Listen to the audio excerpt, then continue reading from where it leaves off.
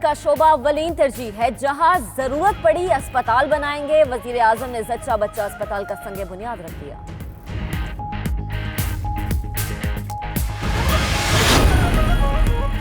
सख्त फैसले करना होंगे, IMF के मुतालबात बरकरार। मुज़ाकरात फैसला कुन मरहले में दाखिल हो गए, सेक्रेटरी खजाना की तस्दीक।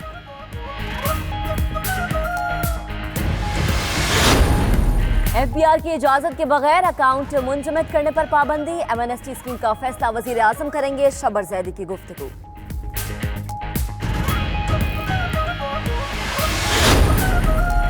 Army chief general Qamar Javed Bajwa से जापान के नए सफीर की मुलाकात। इलाकाई सलामती और बाहिमी दिलचस्पी के उमूर पर तबादला ख्याल किया गया।